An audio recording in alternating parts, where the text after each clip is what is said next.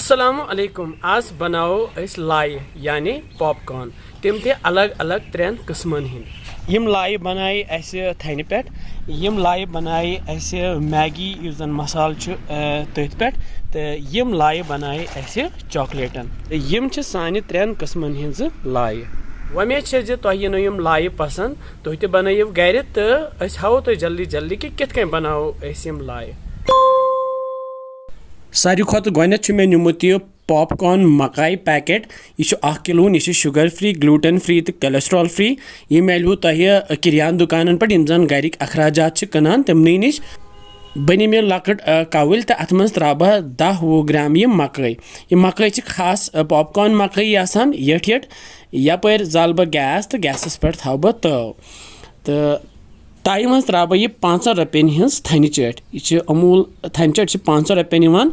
one त्रा बह यह पॉपकॉर्न मकई ऊर अत बे त्रा बह नुन प्यूंत ऊर वन रलावन यम चमचे सत तल मे गैस थोमुत फुल युथु यत लाए एन बन तो बह थव ये पे ढकन तो तल थव बह गैस लोत तो लतिस पे गसन वन यम तैयार यम लाए वस यह ट्रांसपेरेंट ये ढकन तो अमन वन सोद बोजन कि मकई हसा गई तैयार अस करो गैस बंद तो थवो यम टोकरी मज बटर पॉपकॉर्न थवो साइडस कुन तो बनावो वन मैगी मसालुक पॉपकॉर्न अम खतर अन मे तव बे अत मज त्रो तिल चमचे 1.5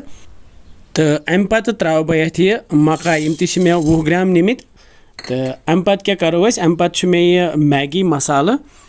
इस मैगीस मन इस्तेमाल करान तो यह त्रा बह सोरे पैकेट ऊर तो बे त्रो नुन प्यूंत ऊर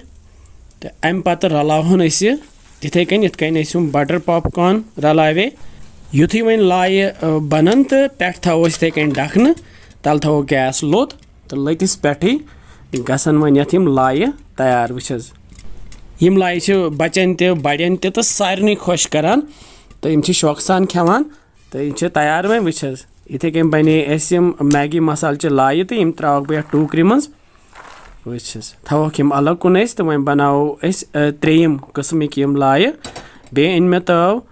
तो तय मज त्रा वन गेव चमचे 1 तो बे त्रा बह यथ मज चॉकलेट पीस चॉकलेट इस अवेलेबल तो हेकि सह इस्तेमाल कर सफ़ेद या डार्क तो बे त्रोस 20 ग्राम लाए बे त्रो नुन प्यूंत ओड़ तो रलावो यह वस चॉकलेट गन मेल्ट तो यह रली ये लायन सत तो युथु यथ वन यम लाए हन बन तो पे थो बे ढकन तो करोक यम तैयार तल थो मे गैस लोत वन वस लतिस पे यम आराम सान गसन तैयार